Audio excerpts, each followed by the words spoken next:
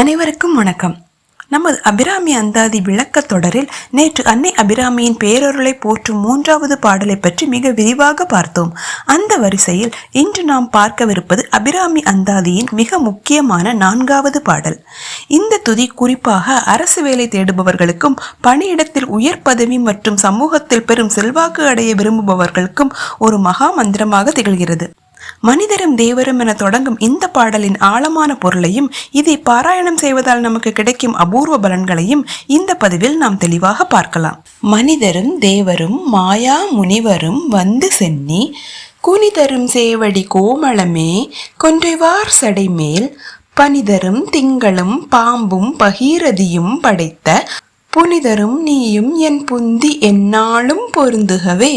மனிதரும் தேவரும் மாயா முனிவரும், மனிதர்களும் தேவர்களும் பிறப்பு இறப்பு இல்லாத அழியாத நிலை பெற்ற முனிவர்களும் வந்து சென்னி குனிதரும் உன் முன்னே வந்து தலைவணங்கி வழிபடுகின்ற சேவடி கோமளமே, சிவந்த திருவடிகளை கொண்ட மென்மையானவளே, கொன்றைவார் சடைமேல், கொன்றை மலர்களை அணிந்த நீண்ட சடாமுடியில் பனிதரும் திங்களும் குளிர்ச்சியான பிறை சந்திரனையும் பாம்பும் பகீரதியும் படைத்த, பாம்பையும் கங்கையையும் ஒரு சேர தரித்துள்ள தூய்மையான அந்த சிவபெருமானும் நீயும் என் புந்தி எந்நாளும் பொருந்துகவே, எப்பொழுதும் என் அறிவிலும் மனதிலும் பிரியாமல் வீற்றிருக்க வேண்டும் அம்மா.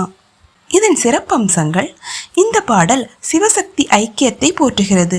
சிவபெருமான் தன் சடையில் முரண்பட்ட தன்மைகளை கொண்ட நிலவு, பாம்பு, கங்கை ஆகியவற்றை தாங்கியிருப்பார்.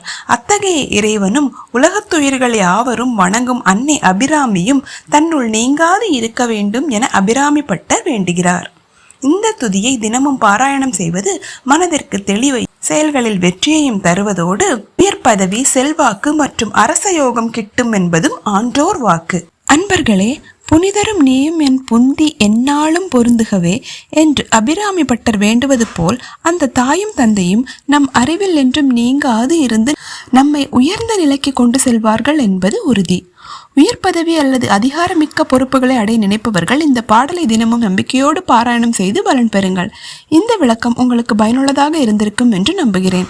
நாளை அபிராமி அந்தாதியின் 5வது பாடலோடு உங்களை சந்திக்கிறேன். அன்னை அபிராமியின் அருள் உங்கள் அனைவருக்கும் கிடைக்கட்டும் என்று அந்த அன்னையை வேண்டிக் கொண்டு நன்றி கூறி விடைபெறுகிறேன். நன்றி, வணக்கம். ஓம் அபிராமி சமேத அமிர்தகடேஸ்வராய நமக.